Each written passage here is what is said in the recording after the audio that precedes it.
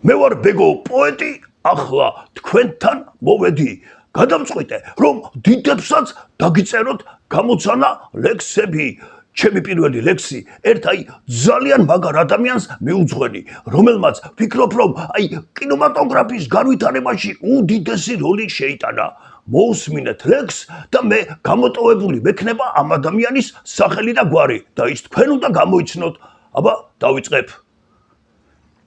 მან პირველმა გააცოცხლა ეკრანებზე კომედია. მის აკრძალვას აპირებდნენ, მაგრამ დრო ვერ მოერია. მაწანწალა ჭილის ქუდით გმირი შექმნა ნამდვილი.